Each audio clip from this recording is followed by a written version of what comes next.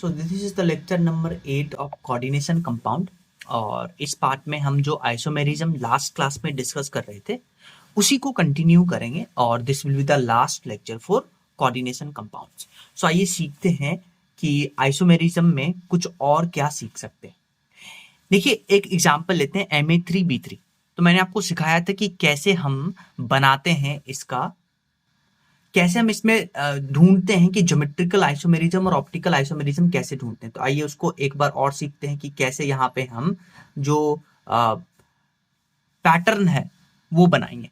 तो जैसे Ma3B3 है तो आप इसको चेक करिए। आप क्या करिए, आप 2A लिखिए तो यहां से बचा एक ए, और आप इस ए को इसके साथ मर्ज करिए तो एक तो बनेगा AB, और फिर ए खत्म हो गया तो एक बनेगा BB।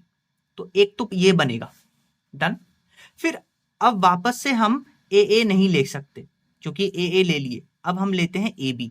तो AB लेंगे तो अब आप इसको मत देखिए, आप इसको देखिए। AB लिए हैं तो बाकी ये बचा तो यहां से AB हो जाएगा और फिर AB हो जाएगा। फिर आपका मन है तो आप ले लीजिए यहां से BB ले लीजिए, तो BB ले लीजिएगा तो यहां से ये देखिए, फिर यहां से ये हो जाएगा AA और AB। तो ये तो वापस से सेम हो गया तो इसको कंसीडर नहीं करेंगे। यानी कि Ma3B3 का आपके पास दो ही बनेगा। इसमें से ये देखिए, ये जो है ये ट्रांस बनेगा और ये जो है ये सिस बनेगा, क्योंकि ये उल्टा है ये सेम है तो ये ट्रांस बनेगा, ये सिस बनेगा। तो इसको बुलाएंगे ट्रांस। और ये ऑप्टिकली इनएक्टिव होगा क्योंकि एक सेम हो गया। ये भी ऑप्टिकल एक्टिव इनएक्टिव होगा क्योंकि ट्रांस है तो ऑप्टिकली इनएक्टिव होगा क्योंकि वो कट जाएगा। सिस में ये दोनों सेम हो गए, ये दोनों अगर सेम हो गए, ये दोनों अगर सेम हो गए तो ये ऑप्टिकली इनएक्टिव होगा। ये कैसे ऑप्टिकली इनएक्टिव होगा, आप बनाइएगा स्ट्रक्चर AB तो इस प्लेन से हम कट कर सकते हैं तो ये ऑप्टिकली। अब देखिए यहां दो ही पॉसिबल है तो ट्रांस को हम बुलाते हैं मेरिडोनियन और सिस को बुलाते हैं फेसियल। तो दो GI यहां पे बनेंगे, ऑप्टिकल आइसोमेरिज्म नहीं बनेगा। दो GI में फेसियल बनेगा जिसको फैक या मर आइसोमर भी बुलाते हैं। तो दो है तो हम फैक और मर यूज कर सकते हैं। नेक्स्ट एक एग्जांपल याद रख लीजिएगा, अगर आपके पास 6 कोऑर्डिनेशन नंबर में सारे मोनोडेंटेट लिगेंड है तो याद रखिएगा उसका 15 ज्योमेट्रिकल आइसोमेरिज्म बनेगा और 30 ऑप्टिकल आइसोमर बनेगा और टोटल 30 स्ट्रक्चरल आइसोमर बनेंगे। ये आपको याद होना चाहिए। नेक्स्ट हम बात करते हैं कोऑर्डिनेशन नंबर 6 में बाइडेंटेट को अगर हम यूज करते हैं लिगेंड तो उसमें कैसे हम बनाते हैं ज्योमेट्रिकल आइसोमेरिज्म और ऑप्टिकल आइसोमेरिज्म। ज्योमेट्रिकल आइसोमर और ऑप्टिकल आइसोमर कैसे बनाते हैं वो सीखिए। जैसे कि एग्जांपल है, आपको पता है इथिलीन डायमीन बाइडेंटेड है और ये टोटल कोऑर्डिनेशन नंबर 6 हो गया। अब आप इसको बनाइए तो कोऑर्डिनेशन नंबर 6 मतलब ऑक्टाहेड्रल। तो आप पहले क्या करिएगा, ऑक्टाहेड्रल स्ट्रक्चर बनाइए, ऑक्टाहेड्रल स्ट्रक्चर बनाइए और 3 ON सिमेट्रिकल है तो आप क्या करिएगा, एक तो ऐसे यहां ज्वाइन कर दीजिएगा तो ये देखिए आपका एक ये स्ट्रक्चर बना। फिर आप इसका मिरर इमेज लीजिएगा, वापस से ऑक्टाहेड्रल ज्योमेट्री बनाना है। ऑक्टाहेड्रल ज्योमेट्री बनाएंगे, मिरर लगाएंगे तो ये इधर आ जाएगा, ये पार्ट इधर आ जाएगा, ये पार्ट इधर आ जाएगा। अब सिंस यहाँ पे हम सिस और ट्रांस नहीं बोल सकते, कैसे बोलेंगे, तो सिस और ट्रांस नहीं बोल सकते तो यहाँ ज्योमेट्रिकल आइसोमेरिज्म नहीं बनेगा। हाँ, मिरर इमेज है नॉन सुपर इम्पोजिबल तो यहाँ 2 ऑप्टिकल आइसोमर बनेगा। तो ऐसे हम बनाते हैं।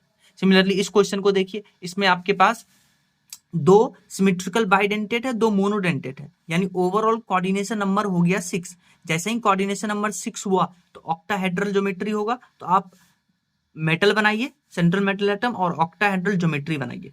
बना लिए, फिर आप क्या करिए, Cl को यहां अटैच कर दीजिए, देखिए, और फिर En को ऐसे सिमेट्रिकल है तो अटैच कर दिए। तब आप देखिए Cl ऑपोजिट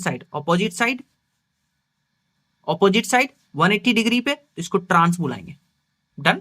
अच्छा, ट्रांस बुलाएंगे और यहां से ये मॉलिक्यूल आसानी से कट सकता है इसलिए ऑप्टिकली इनएक्टिव होगा। फिर एक क्या कर सकते हैं कि Cl को एक साथ ले आए 90 डिग्री पे तो इसको सिस बुलाएंगे, और ये En अब यहां से हम इसको नहीं कट कर सकते क्योंकि ये मॉलिक्यूल प्लेन के ऊपर है En और ये प्लेन के अंदर है तो ये ऑप्टिकली एक्टिव होगा। तो यहाँ ट्रांस और सिस बन रहा है और ऑप्टिकल आइसोमेरिज्म भी होगा। तो यहाँ 2 GI और 2 OI होगा और टोटल 3 स्ट्रक्चरल आइसोमर बनेंगे। नेक्स्ट एग्जांपल देखिए, आपके पास EnNH3 होल टू है, Cl2 है। तो ये देखिए मोनोडेंटेट 4 और ये 2 बाइडेंटेड यानी कोऑर्डिनेशन नंबर 6। जैसे ही कोऑर्डिनेशन नंबर 6 हुआ तो हम क्या करेंगे, मेटल ड्रॉ करेंगे और ऑक्टाहेड्रल ज्योमेट्री बनाएंगे। अब हम अरेंज करेंगे, या तो हम अमोनिया ऑपोजिट ऐसे लिख सकते हैं, Cl को ऐसे और En को ऐसे, सिमेट्रिकल है तो ऐसे लगा दिए, फिर अमोनिया को ऑपोजिट ले लिए, फिर Cl को ऑपोजिट ले लिए। तब आप देखिए अमोनिया के रेस्पेक्ट में अगर हम बात करें तो यहाँ अमोनिया सेम साइड है 90 डिग्री पे, यहाँ 180 पे, तो इसको सिस बुलाएंगे, इसको ट्रांस बुलाएंगे। डन। लेकिन क्लोरीन के रेस्पेक्ट में बात करें तो यहाँ क्लोरीन के रेस्पेक्ट में ये सिस है तो ये क्या हो जाएगा, ट्रांस हो जाएगा। डन। अब देखिए ये होगा ऑप्टिकली एक्टिव क्योंकि यहाँ सिमेट्री नहीं है, ये ऑप्टिकली इनएक्टिव होगा क्योंकि हम इसको ऐसे कट कर सकते हैं। डन। ये भी ऑप्टिकली इनएक्टिव होगा क्योंकि इसको हम ऐसे कट कर सकते हैं। तो ये सिस, ये ट्रांस। तो टोटल 3 ज्योमेट्रिकल आइसोमर्स होंगे और 2 ऑप्टिकल आइसोमर होंगे और टोटल 4 स्ट्रक्चरल आइसोमर होंगे। डन। अच्छा, सिमिलरली अगर आपको दिए PtNH3H2OClBr, आपको पता है यहाँ प्लेटिनम पे +2 चार्ज, कोऑर्डिनेशन नंबर 4, इसका जो हाइब्रिडाइजेशन होगा DsP2 स्क्वायर प्लेनर, और प्लेटिनम 4D सीरीज का है, 5D सीरीज का है, तो इसके साथ जितने भी लिगेंड आएंगे सारे स्ट्रांग होंगे, पेयरिंग होगा, इसलिए इनर ऑर्बिटल कॉम्प्लेक्स बनेगा, DsP2 स्क्वायर प्लेनर होगा।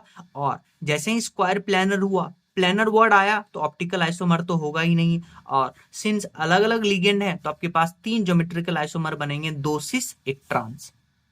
नेक्स्ट कुछ इंपॉर्टेंट पॉइंट देखिए, टाइप्स ऑफ कॉम्प्लेक्स, या तो कॉम्प्लेक्स होमोलेप्टिक कॉम्प्लेक्स होता है जिसमें सारे सेम टाइप ऑफ लिगेंड होंगे, जैसे K4FeCN6, इसमें देखिए लिगेंड सब सेम टाइप के हैं इसलिए इसको होमोलेप्टिक कॉम्प्लेक्स बुलाते हैं। फिर एक होता है हेट्रोलेप्टिक कॉम्प्लेक्स जिसमें different types of ligands present होते हैं, जैसे ब्राउन रिंग कॉम्प्लेक्स में जितने भी लिगेंड है वो सारे डिफरेंट है, उसमें NO भी आता है, ठीक है, सोडियम नाइट्रोप्रोसाइड, इसमें भी ये भी हेट्रोलेप्टिक कॉम्प्लेक्स है, और जाइजेस सॉल्ट ये भी हेट्रोलेप्टिक कॉम्प्लेक्स है।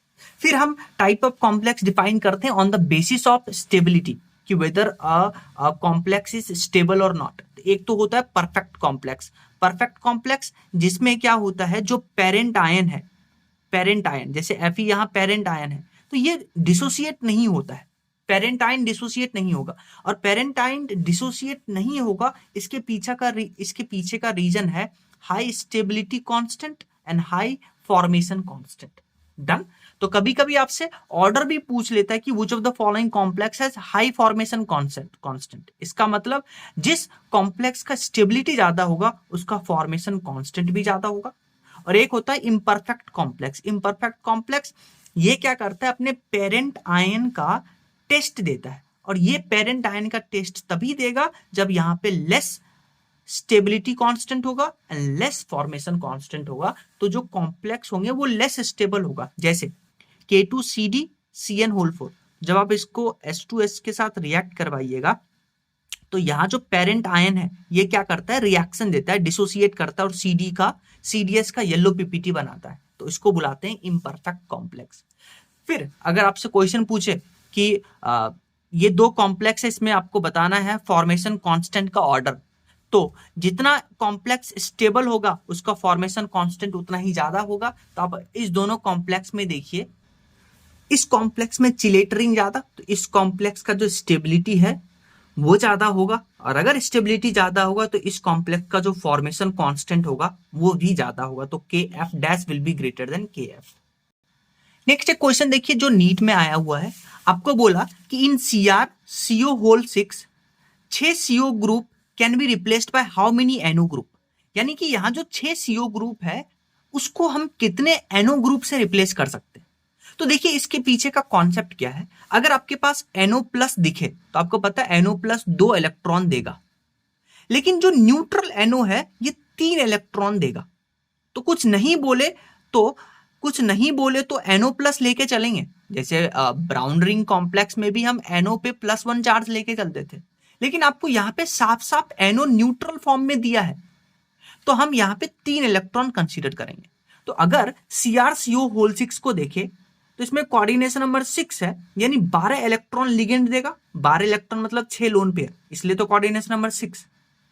तो यहाँ पे CO 2 इलेक्ट्रॉन दे रहा था तभी 6 लग रहा था, और NO अगर 3 इलेक्ट्रॉन देगा तो आपको 12 इलेक्ट्रॉन यानी कि 6 लोन पेयर के लिए NO का नंबर चाहिए 4 दिया 12, तो यहाँ पे CO को 4 NO रिप्लेस कर सकता है। तो इस क्वेश्चन का आंसर होगा कि 4 NO can be replaced, 4 NO will replace CO। Question समझ में आया? अच्छा, कुछ इंपॉर्टेंट पॉइंट देखिए। एंटी कैंसर ड्रग जो है उसको सिस्प्लेटिन बुलाते हैं, उसका फॉर्मूला होता है PT NH3 2Cl2।